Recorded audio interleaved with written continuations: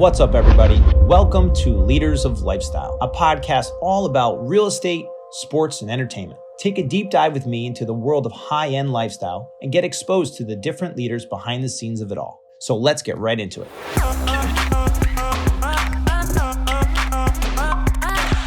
What's up, ladies and gentlemen? I'm Michael Ferraro, and this is Leaders of Lifestyle podcast.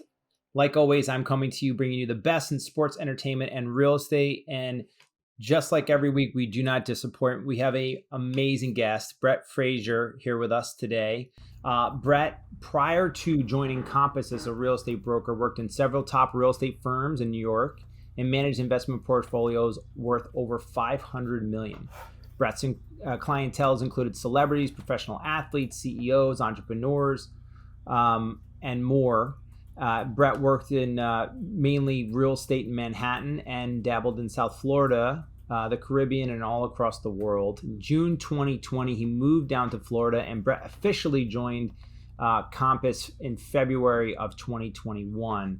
Now, Brett is born and raised in the Cayman Islands. Brett studied finance and economics and went to the University of Florida. And what's really, really cool is Brett is a two-time Olympian and Pan American Games champion. And Brett is a world-renowned athlete and competitor. And there was so much to talk about because Brett just got back from the Olympics where he participated in that. And there's tons of stuff to talk about swimming.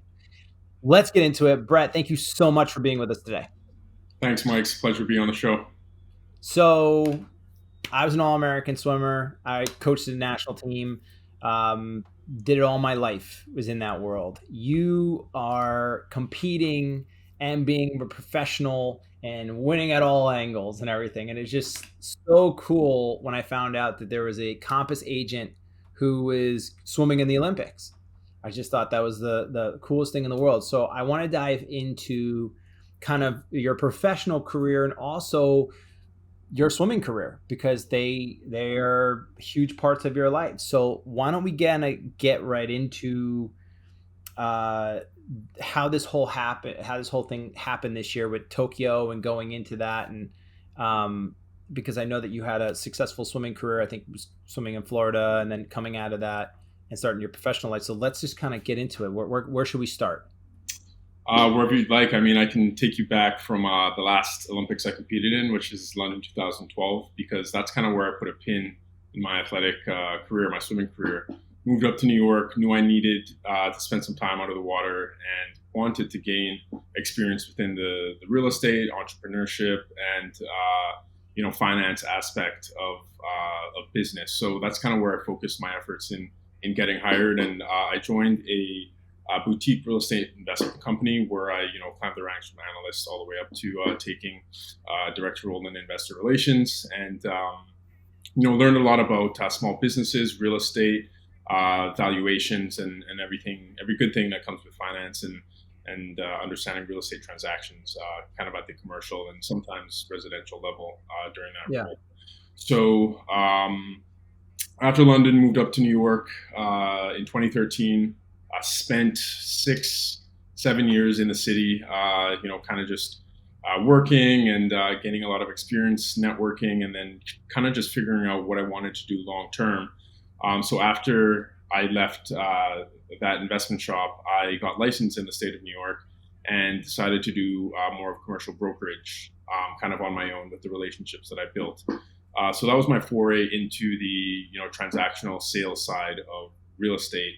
And in 2019, I just kind of got not necessarily like intense fatigue, but felt it was a good time to maybe step away, perhaps from New York, perhaps from what I was doing for just about a year, to take the time to move down to South Florida, which is what I wanted to do around the time frame of 2020 anyway. But I had this idea.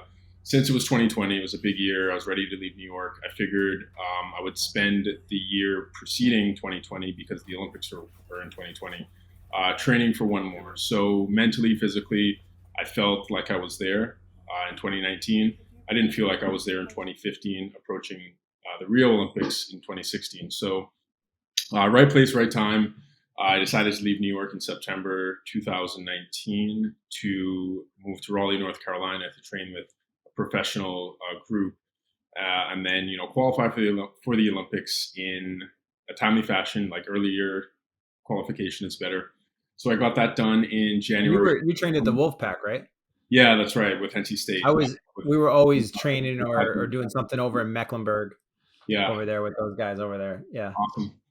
Awesome. So in January 2020, I qualified. I was very happy with the progress I made, just getting back in the water. And after taking, I really didn't seriously swim since 2013 or 2014. So I was out of the water this entire time, but just kept myself generally fit, and fitness and diet and nutrition are things that I always want to have involved in my life and know a lot about. So I think just as a result of that, and having trained before, didn't want to let myself go too much. So spent about 4 months back in the water, training pretty intensely, and then went to a qualifying meet for the Tokyo Games to see where we're at.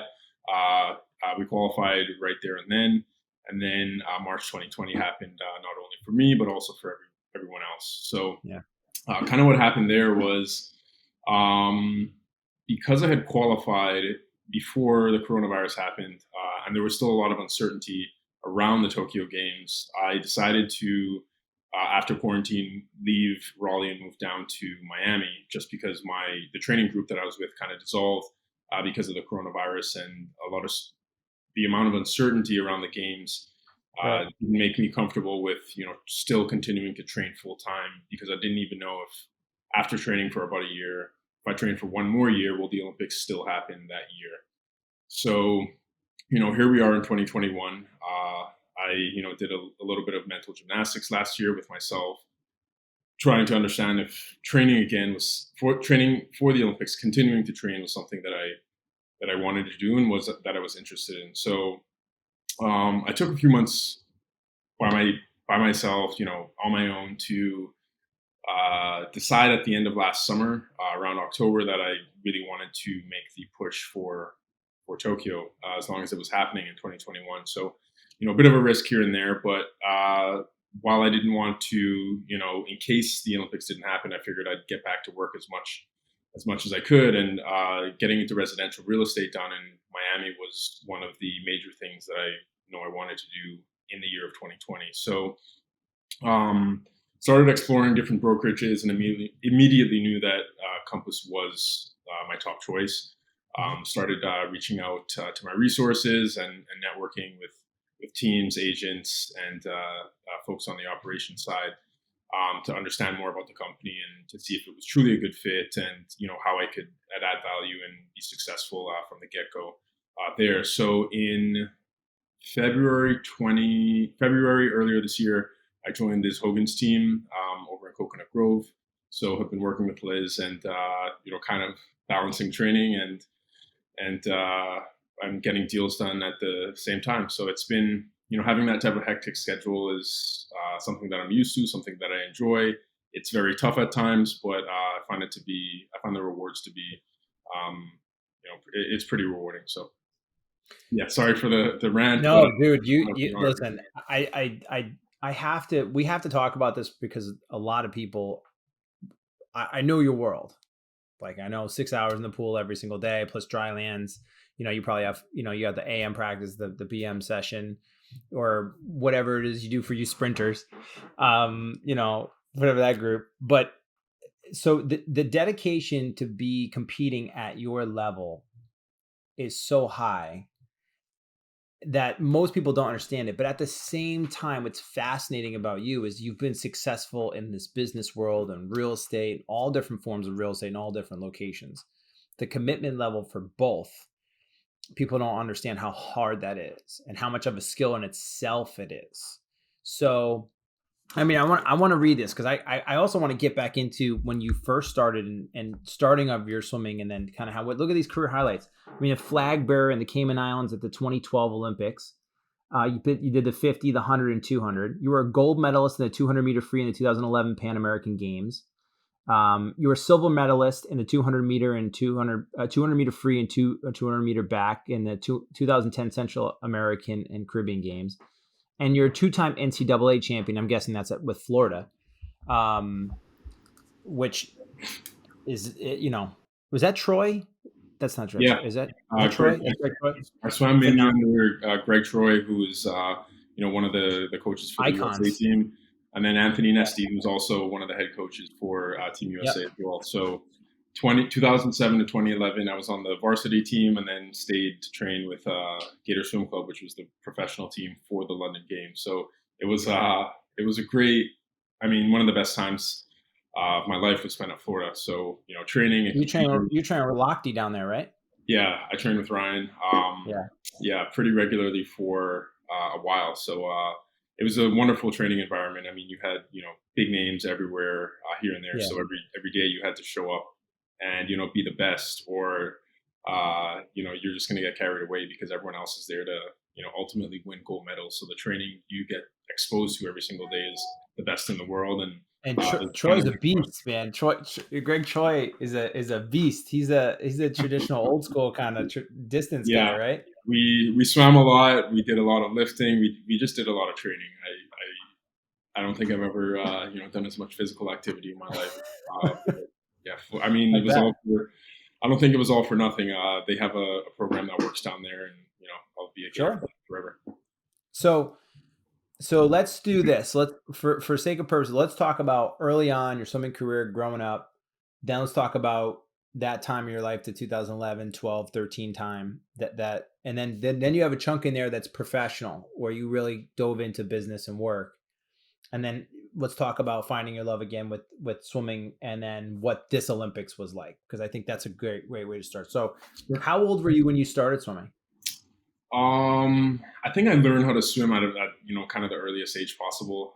Growing up on Grand Cayman, being surrounded by water, the beach was right there. There was a pool, so my parents taught my older brother and I to swim at a very young age, and because we're pretty close in age, every day after school, Sean, my older brother, and I would just, He's get also a changed. very good swimmer too. Yeah, Sean also lives in Miami. He's a three-time Olympian as well, and Yeah. yeah, I shared the majority of my career racing him, and that was very exciting and great memories. But him and I got in the pool every day after middle school, after grade school, and that was just something that we enjoyed doing, being in the water, just every single day. We played other sports as well, but I'd say at the age of 4 or 5, I was swimming pretty regularly, and then Wow, that young. part of a structured program around age 7 to 8, and then thereafter. Nice. You're doing 7 to 8, then you're probably doing local swim teams and doing that kind of thing, Exactly. and then start to go all year round, I'm guessing. And then when did you start to realize, okay, like right around maybe high school, you're starting to break away from the field a little bit? Yeah, it was when I was probably 16. Was when I Yeah. was like, okay, this is something that I think could. I certainly feel like I have the potential if I work hard enough to, do something big here. It was also motivating to see, what swimming fast and hard work did for other athletes in the Cayman Islands, especially my brother. I saw that if you were dedicated to the sport and you did the right things with hard work, you would ultimately achieve whatever goal it is that you wanted to. So having that association with Sean and seeing it live, I was like, you know what, I feel like I can do the same thing too. So yeah, that's kind of how where the motivation came from. Swimming is one of those sports where you can burn out really easily and very quickly at a young age. So certainly felt that. And 2004, there was a pretty bad hurricane to hit the Cayman Islands, and I took a year off just because mentally I wasn't there after the hurricane, and then the Mhm. facilities and majority of the island was damaged. So I took 1 year off, and then I really missed the sport during that year. Then got back in, and then after that was when I started to understand how good I could be at the age of 16, 17. Okay. So you get recruited. I'm sure you had your options to go. Did you have any other places that you had your eye on besides Florida? No, Florida. Once I was speaking of Florida, it was very It clear was that done. It was done deal. yeah, I just wanted to go there. I saw who my training partners would be, who also were recruiting, and kind of the the accolades that the whole college team, the coaches, and other swimmers had racked up just recently. So that was, I knew it was going to be an intense program, but Mhm. I was very, very up for it. Did your brother go to the same school as you? He did. He was just 1 year ahead of me. So he was Okay. class of 2010, and I was class of 2011. That's awesome. So you get to Florida, you get down to Troy, you're starting to, you know, the program is insane. The caliber of athlete you're training with, I'm sure the academics. What were you majoring in at the time? Finance. So finance. So you kind of knew that you were going to go into that world. That's something you wanted to do. Yeah, I knew. I think I knew that swimming is one of those sports that, what do you do after swimming, and that's something Yeah. that I always thought about. And growing up, I didn't bank on being, as good of a swimmer as I've been, to be the only thing that I wanted to do. Nor was that the only thing I was interested in. I mean, that was something I was certainly interested in, but kind of a bonus, a cherry on top, if you will. Right. So I knew that I wanted to get a solid education. Growing up in the Cayman Islands, there's a lot of real estate. There's a lot of financial tourism, and finance is a big industry. Banking is a big industry, in addition to insurance and reinsurance down there. So being surrounded kind of by that business nature in a very international country, Right.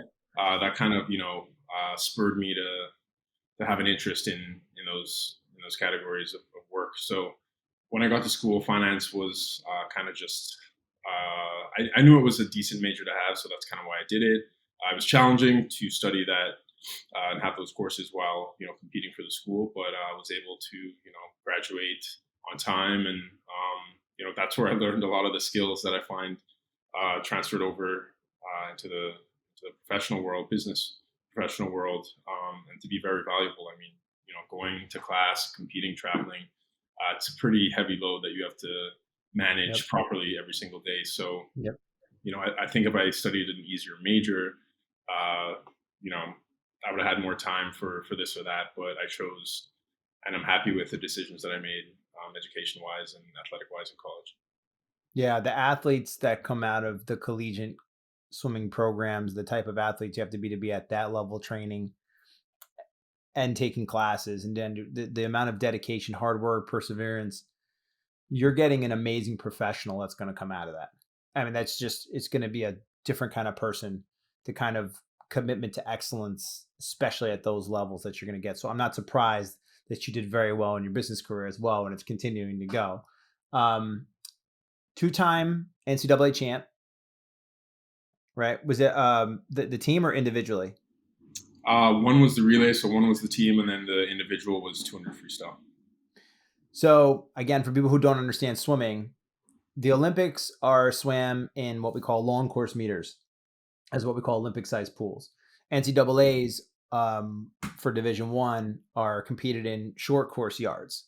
So if you look up Brett and you see different times and L's and Y's. It's one's long course meters and M's for meters, and again, for people who don't understand that on times. All right, so I'm interested. So your Different pool 200 lengths. yard, what was it? Different pool lengths. Different pool lights, right? So your 200-yard NCAA championship time, was that a best time? Yes. What did you go? What was your time? It was 1:32 1. So 1:31 second, 1 minute 32 seconds, and then point one. That is so fast. 132 is so fast. Yeah, Even in the I'll never forget that race. I swam the prelim swim because at NCAA's it's prelims final, whereas Olympics for the same event it's prelims, semifinals, finals. So in the morning it's kind of it's the second day I think it was in that format, and we had a bunch. It was the third day actually. Bunch of relays. You're pretty tired. It's not the shortest race. It's a pretty Yep. aggressive race. So I swam in prelims and was like, my body just felt different than it was supposed to, or I imagined it feeling at the time, and it was just much more exhausted. And the mental aspect that we were given training for at Florida, that's when that really came into play, because during that night swim, like if I swam solely on how I felt in the morning, I wouldn't have had the same swim. So it Right. just goes to show that the mental component in coordination with the physical component is what brings you to success, not just one or the other. So I really realized that during that race, and I had a pretty special swim at night, and was, surprised myself, I think, and a lot of other people. So did you wear a full body for that? No, just from your hips down to your knees. So you were just wearing like a knee skin, Yes, so like a jammer. they banned the full body technical suits. I swam with them for about a year, 2 years in college, and then in 2009 they banned those suits. They banned those. Yeah, right. Yeah, They broke so all the records and took them all away. yeah, I wore those suits when I first put them on when I was 19, and my times went from, I think it was 51 in the 100 free to 48.5 long course, and Crazy. the 200 free went from like 150 to 148. So those Insane. things help. Yeah. Those things work, man. That's a Yeah, good thing they banned it. We'd never those have suits new were records. very, very fun to wear. You knew you were never swimming slow when you put those on. Exactly. You just like this and you just went right up on the surface, just so Exactly. high in the water. What were you going into finals, NCAAs, you're gonna win the 200 free. What were you seeded going into finals? I think I was seated sixth. You seeded 6 going into finals. So you were probably what, like 7? I think I was either lane 2 or lane 7. Yeah. Yeah, that's awesome. So you were almost outside smoke out there. That's awesome. Did you Yeah. know right off the bat? Did you have the lead out going, or did you pull up were you like back half in it? I remember that race pretty clearly. At the 100, I knew I had the lead, but then my coach told me to swim the race differently than how I swam it, Greg. Mhm. And I flipped at the 175 and was like, I kind of looked, but I didn't, because I breathed to my right and I breathed pretty much every second You don't stroke. bilateral. You just one side. Okay. I do one side. So I tried to look to see if anyone was there, and I don't think anyone was there, but I couldn't really tell because I was looking, and I only had one lane to compare where I was in the race by looking to my right, which is the side I breathed to. So I touched the wall, and I'm like, I think someone may have touched me, but I knew I was like second or somewhere in the top 3. Yeah. And then I touched the wall, and first one there, and it was an incredible feeling, and a little shocking, but Yeah. I guess I swam the race and had enough gas in the tank to get home first. So you took it out hard. Yeah, very hard. Really? So you were like, I'm going for this. Did Yeah. you feel like right at the 125 coming off that 100, where you're like, oof? Well, I just knew. I told myself before the race, like, this is the last chance in your college career to do something. So that's what I think. I got behind the blocks and was like, this is it. This is my strongest event or second strongest event. I'm not going to be here next year. My eligibility is over after this single competition. So yeah, my coach was like, swim it like this, swim it like that, and I was like, okay. And this is Florida had won this event the 2 years previous. So if they won it this year, this would have been the 3rd year running. And that's something also that motivated me, because I was like, carrying, holding that record at the school was something I wanted to do. So I kind of swam my own race, but contrary to what my coach told me to do. So he was, a little upset about my strategy, but it ended up I think it was okay. I think it'd be fine with you. So yeah, I just felt I knew that who my competition was, needed to take it out, and just kind of swam my own race according to myself. And given my racing experience and everything that I had practiced for, things fell together that evening. Well, that's awesome, man. I love that story because it just brings me back. Like, it's just so cool. So you have the success, and then you start to get into the international scene, representing your country. Was that around the time you were doing the Fitter Faster camps and stuff like that, and doing those things? I actually didn't join Fitter Faster until maybe right after 2016. So okay. I was swimming full time. Just competing, traveling, training, pretty much. All my days were committed to those things. Right. So around that time, yeah. So after I graduated in August 2011, I was just solely focused to as best performance at the London Games as possible. So yeah.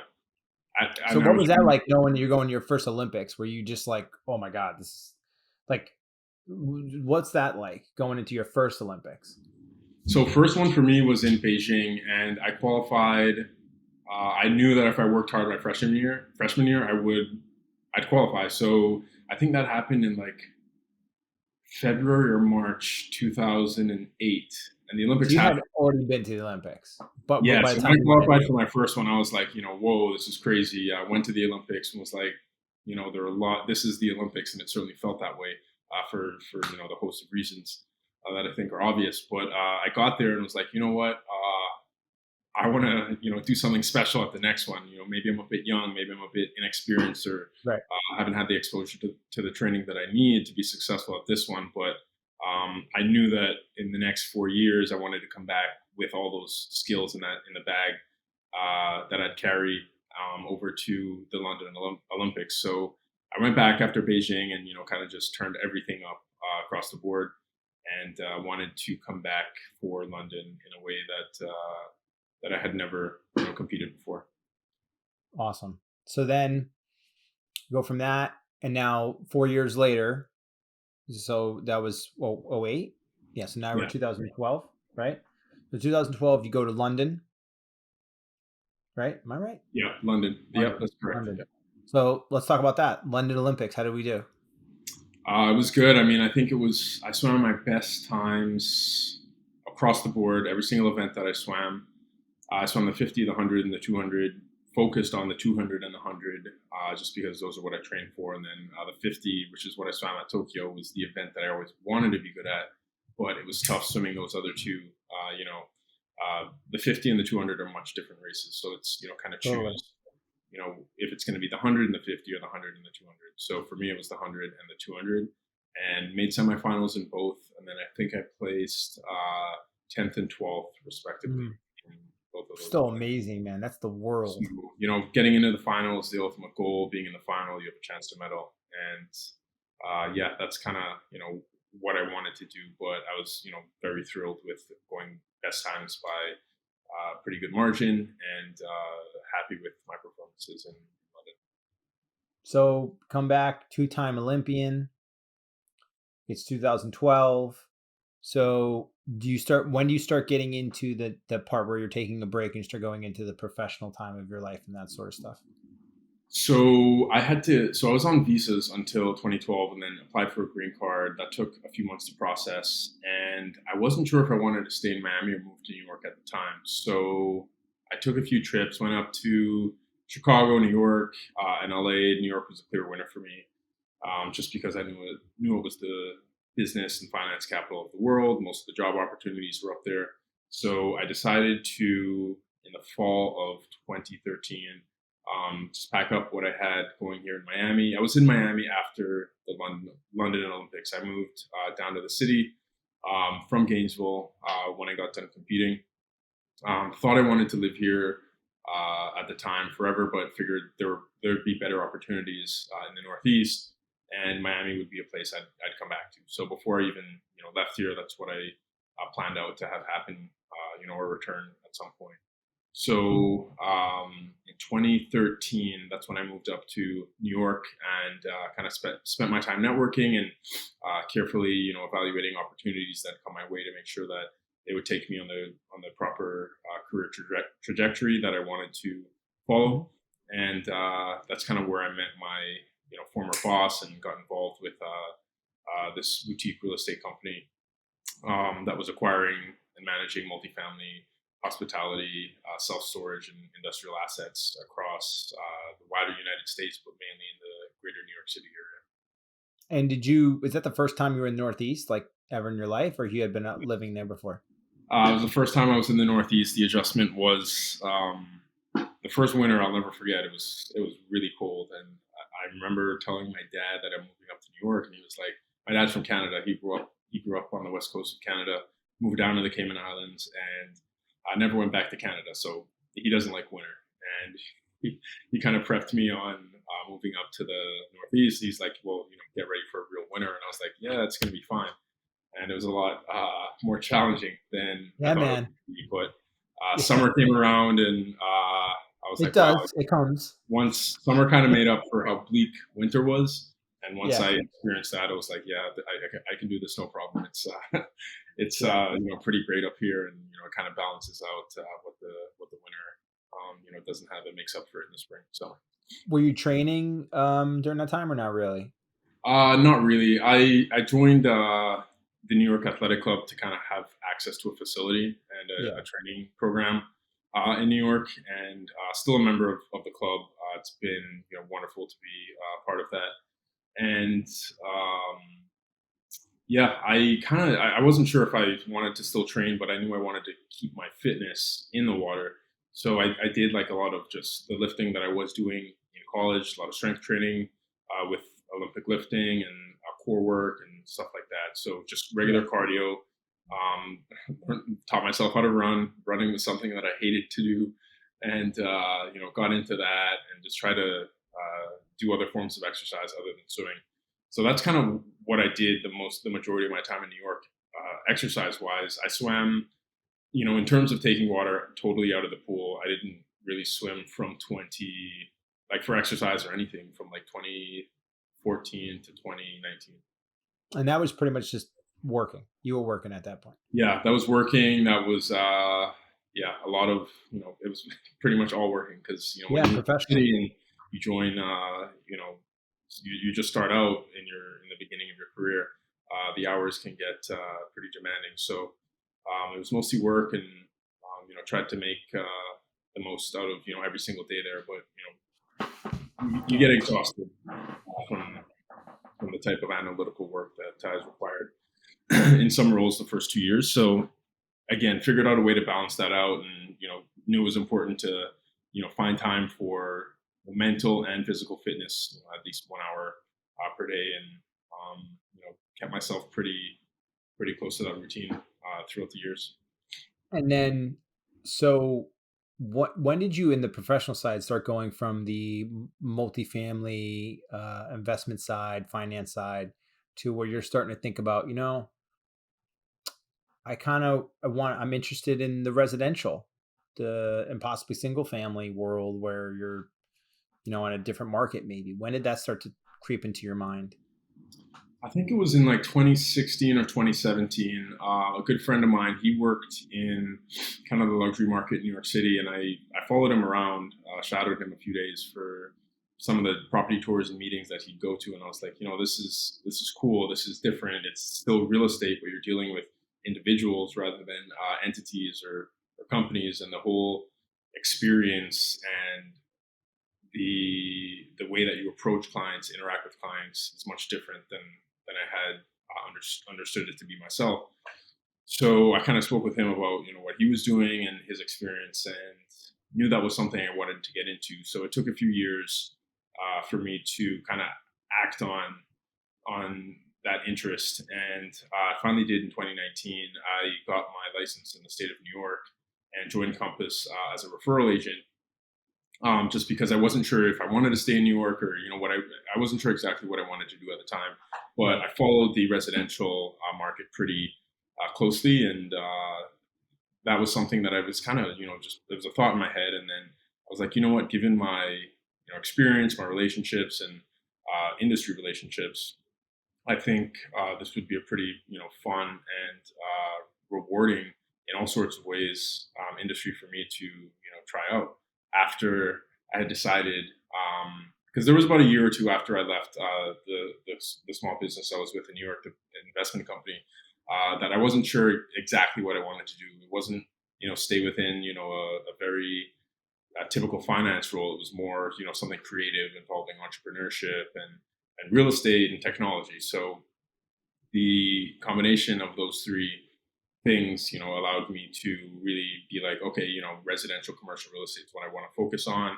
I've done commercial in the past, but let's give residential a shot. I think that's what I'm most interested in on the real estate side, and what I haven't really dabbled in at all. So that's how I figured I'd reposition my career into more of a residential, to include more of a residential component to it, residential real estate.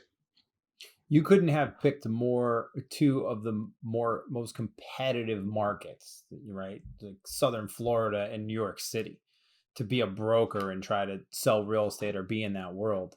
While at the same time, at this time of your life, here comes Tokyo, where you're now also trying to make a decision if whether or not you're going to be going to this next Olympics. So what was, I mean, like, kind of touched on it, but I was just thinking in my mind, so hyper focused to be able to say, look, I'm going to give this everything I have and participate in this, this event every 4 years, or that, I've possibility to go and do amazing things. But at the same time, I'm really now into this new role, this new career that I'm really interested in trying to start within residential real estate in this ridiculously competitive markets. What was that like? How did you actually like make the decision when you did? What was that like going into one or the other? Did you dabble with both, or were you basically like, no, I got to stop a little bit more of one and I got to dive into the other one? Like, how did you work that? So, taking my skills acquired from training and studying in college, and then working, and then still doing a little bit of training, and then again no training, and then focusing on my career. I learned a lot along the way. So efficiency and optimization are two skills that I think I spent a lot of time trying to enhance and refine over the years. So where I think I am, or where I think I was when I decided was I'll be able to handle both, just because I have a way and processes to manage each side of each endeavor that I was doing, real estate and training. So because of that, and because of the skills that I've acquired and adapted, across my lifestyle over the years, I think that's how I was easily able to make that decision. Because I think organization and just finding efficiencies in your workflow are major components to success. And there was no question if I'd be able to manage both at the same time. It was stressful at times, but that stress was nothing different than anything I had experienced, more intense than I had experienced before. So yeah, it was fine. I mean, I enjoy not always having the most on my plate, but Yeah. that's it's just something that a little bit of pressure here and there is I feel like good for me. So You're a hardened competitor, man. I mean, that just makes you rise up. That's what you deal with. Like, people don't understand when you're competing at these levels and you're having to deal with this stuff. Like, you are this successful because you can handle these things. You're constantly in these moments. So, yeah, that's right. I mean, like the more pressure or the more I decide to take on, it just allows me. It kind of forces me to believe more in myself and understand that I'm not necessarily operating at 100%. It might be you realize like I have a lot more bandwidth for whatever it is you need to give more attention to. So I that's part of the reason why I do it, kind of to understand exactly where I am in my tolerance for being able to do more in an efficient way. So I want to talk about the Tokyo Games, but before that, I want to dive a little bit more into the real estate. So being down now you go to Miami, and what would you say? So you're coming from the finance side, different type of real estate, the commercial side, a little different than the residential side. What would you say coming to? I don't want to say a new market because you knew the market, but kind of starting again there in the residential sales side. What was the biggest learning curve coming from commercial to residential and then being in this market again? Like, what was the biggest thing you had to learn? The biggest thing was that I had to rebuild. I had to build my business because most of my relationships were with specific companies or individuals who have an appetite for investment properties. So I networked with a lot of successful brokers that I knew in South Florida, and asked them, is this something that you could see me doing? Is this something that you've enjoyed? How have you become successful? Just starting to use all the resources that I had access to, and make the most of those. My understanding of the residential market was a lot different than what I had imagined it to be. So I'd say that that was the biggest difference, and having to learn very quickly and on the fly how to effective ways and efficient ways to manage and close deals, and how to capture buyers or get the attention of sellers. Those are things that that's knowledge that I had to, I wanted to learn from, and continue to want to learn from the best, and apply, pretty quickly into my workflow and business. So, having little to no understanding about the crux of a residential deal and how that would happen, especially in the state of Florida and Miami, that's what I had to bring myself up to speed on. But everything else, I'd say, was skills that I was able to transfer over pretty pretty easily from the Okay. commercial to the residential side. So as you're kind of doing, you're getting into the business, you're understanding the clientele is now shifting. It goes from a company or investors to residential buyers and sellers. They're coming from vacations or full-time residences and different stuff like that. Did you start to feel like you started to pick up steam in one of either the buyer side, the seller side? And like, how did that feel? How did you start to do that?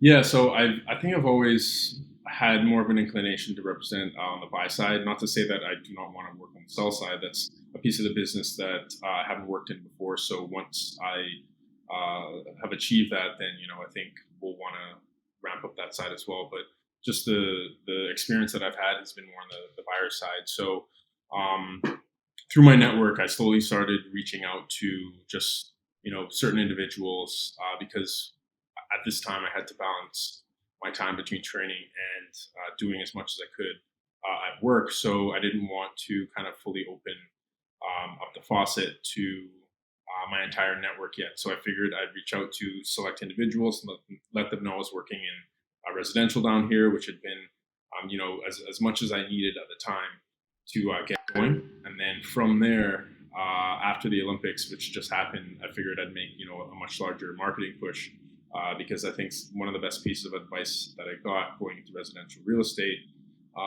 was you have to tell everyone that you work in real estate. Yeah. So Yeah. I've yet to do that. I have a little marketing plan that I'm going to put into action pretty soon. Once the summer is over, I think where we are with COVID and places opening back up, and very well deserved. Everyone should be having a fun summer. And August, while not to say it's totally slow, it's a slower month in the state of Florida and New York for transactions. So having a marketing push and leveraging the resources that I've created over the years in my athletic and professional career are how I plan to continue to build my business just by awareness and then hopefully providing value add to buyers through my knowledge and the way of doing things that they can't really find anywhere else. Well, I mean, you can't ask for a better agent than somebody like you who's got that work ethic, determination, pedigree, finance. You understand, and you're only going to get better and better as you start this because you're still young in it, and it's going to be awesome. Tokyo. So going to this Olympics was probably different than Beijing or than London and that whole thing. And so Tokyo, you go there. What was this experience like compared to the other Olympic Games? A little bit older, a little more seasoned. Obviously, we're in the COVID world now. So, what was this experience like compared to other Olympic Games for you? This is a very different one. The obvious reasons were just COVID and the way that I think Japan wanted to have these Olympics take place. They just couldn't have that happen. It was very strict over there. I'd compare Japan and Tokyo right now to how the U.S. was in April and May 2020. Oh, So they're everything locked down then. they're very locked down, and each country had their own protocols and rules for interaction with other athletes. Masks at all times. You couldn't leave the village. You only could go to your competition venue. So I was allowed only to the pool, not to the track and field or gymnastics or golf or any other sport. So Right. for those reasons, why you go to the Olympics, you go there to compete, represent your country, and then you go there to support your teammates. So it was kind of difficult because you couldn't really go and support teammates or interact with many other countries because of the rules that the respective countries had imposed on their athletes, and that the Yeah. Japanese the Japanese Olympic Committee had on the games. So those kind of things were different, but the major difference was not having that energy that you can't replicate the excitement and the noise that the fans bring to the arenas. So that was the largest thing for me, not having a packed house when you would swim prelims or finals. Yeah, I was watching some of the finals, and you could always tell. Like, man, just to bring it back, like when you go to an NCAA and in like a regular NCAA year, no COVID, it's insane. The electricity is ridiculous. Like it's best time, best time, best time. Place, title, championship, whatever.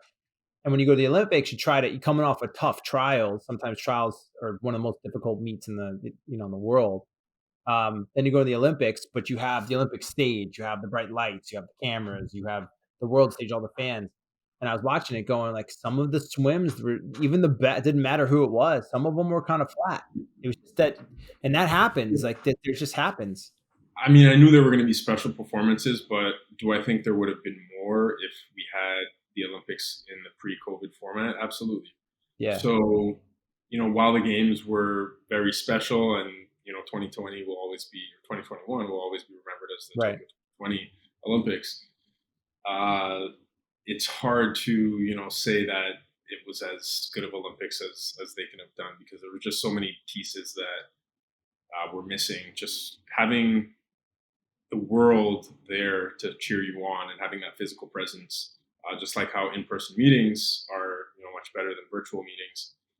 Just the lack of, excitement from around the world in a physical form was the major difference for me. But that was history, man. Not only just being part of any Olympics is a part of history, but this particular Olympics, the fact that you were there, you competed, is absolutely historic in itself. And will this be your last one? Is this your last Olympics? I'm taking some time away from the sport to figure out exactly what the answer to that question is, and then get my business to a place that I'm happy with, and kind of grow a little bit there. But I won't rule out Paris 2024. It's 3 years away versus 4, which it usually is after the Olympics. So we'll see. Still So feeling good. we just got to do this again in a couple of years and ask again, and that's what we'll do. Yeah, maybe. Yeah, set a reminder for Right. 2.5 years from now.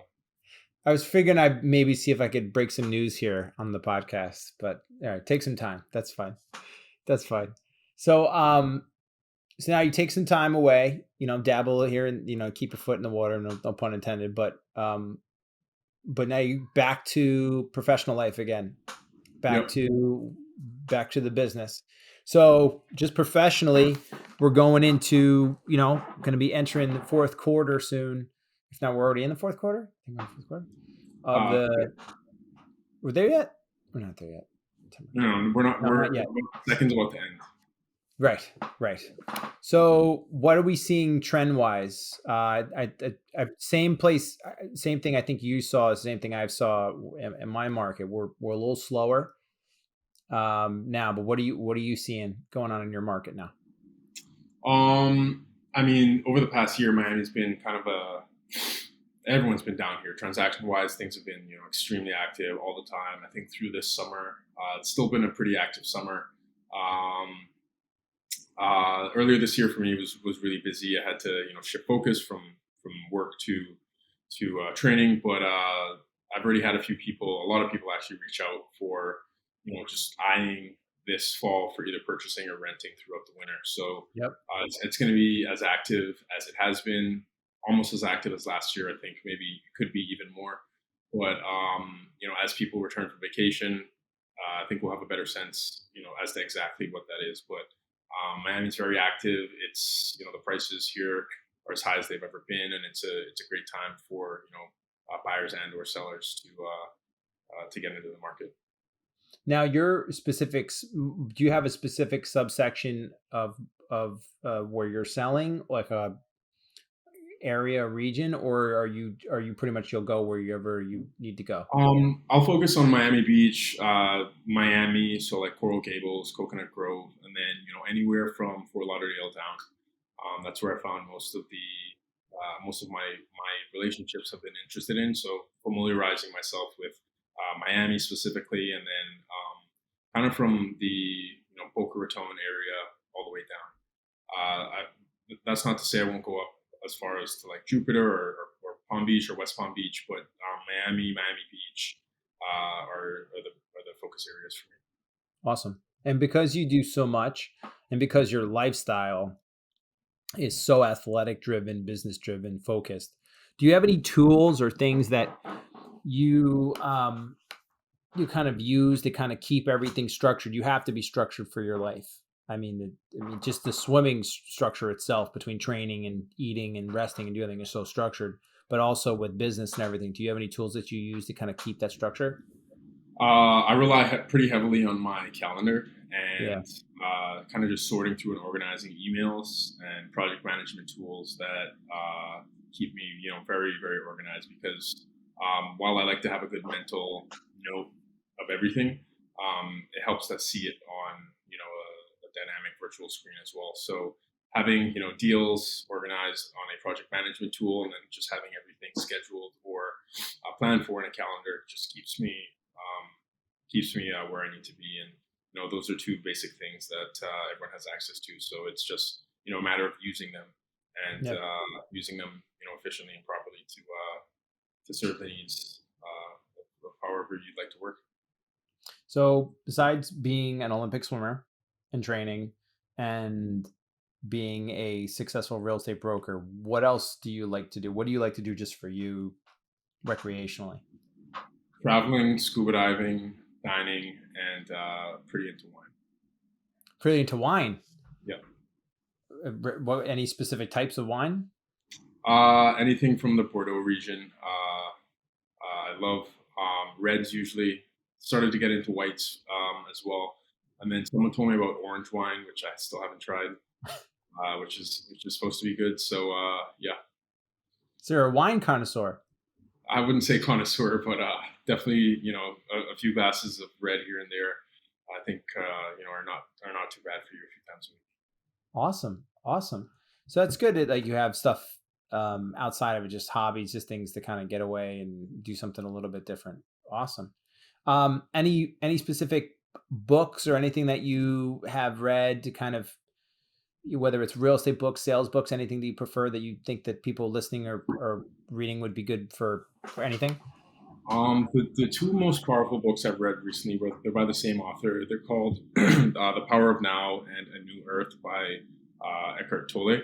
Oh, okay. Those have really just helped me understand myself and how to be just a better person in all matters of the word every single day. So those books I found to be the most powerful. I keep myself apprised of market updates through various broker newsletters from Compass agents, and then through institutions as well. So having a good macro and micro understanding of what's going on, I think it's extremely important for all agents. So that's kind of where I get my market news. And then in terms of being successful, I try to network and understand what the best agents out there are doing, and then also use resources such as books. But I haven't come across. And if you have any recommendations, I'd love to hear them. Just regarding sales, and books around closing and stuff like that. A lot of good. I mean, there's so many books. Oh my God. What happens is like I started off when I started off my career was all about like the mental stuff. I actually started my career trying to figure out if I wanted to even get into real estate. I was coaching. I was at Nationals coaching, and I was at night and I was reading a book, 10X by Grant Cardone.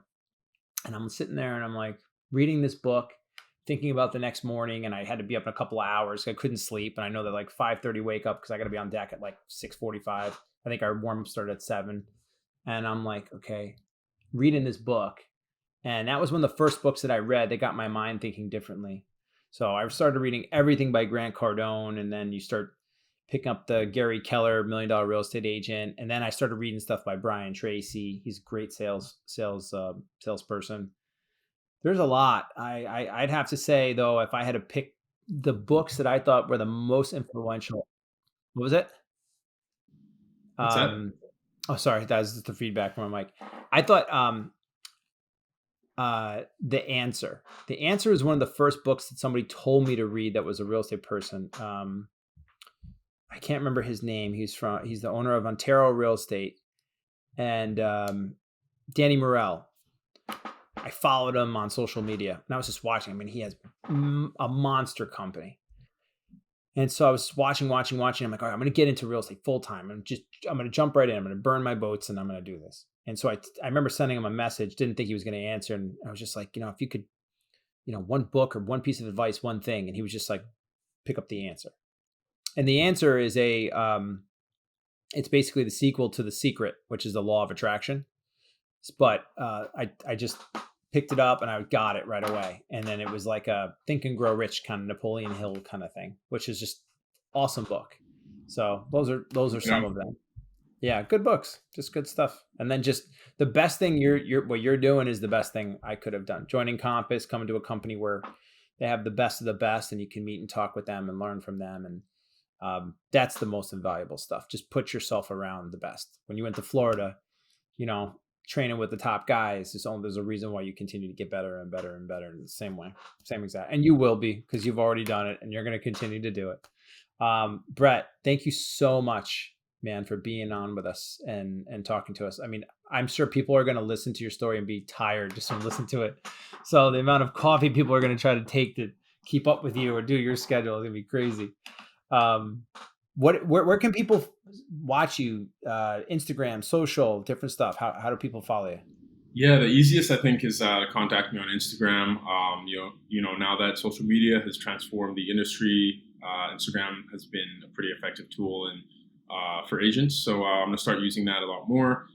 Facebook, Instagram, LinkedIn, my Compass email. You can reach me, however, email or an Instagram message will be fastest. What's your Instagram handle? It's BRETTFRAS. Okay, awesome. Yeah. Well, Brett, thank you so much. Is there anything that we didn't talk about today that you wanted to talk about? I think we covered everything, but it's been a great experience with Compass so far, and I'd like to thank you, Michael. It's been a pleasure to be a guest on the show, and had a wonderful conversation, and look forward to hopefully a part 2 about. I was going to say, when you're ready to break the news, you just come back, you tell me, we'll come back on, and then we'll break the news one way or the other. You got it. All right, man. It's been an absolute pleasure. Ladies and gentlemen, Michael Ferraro, Leaders of Lifestyle podcast. Like always, till next time, take care.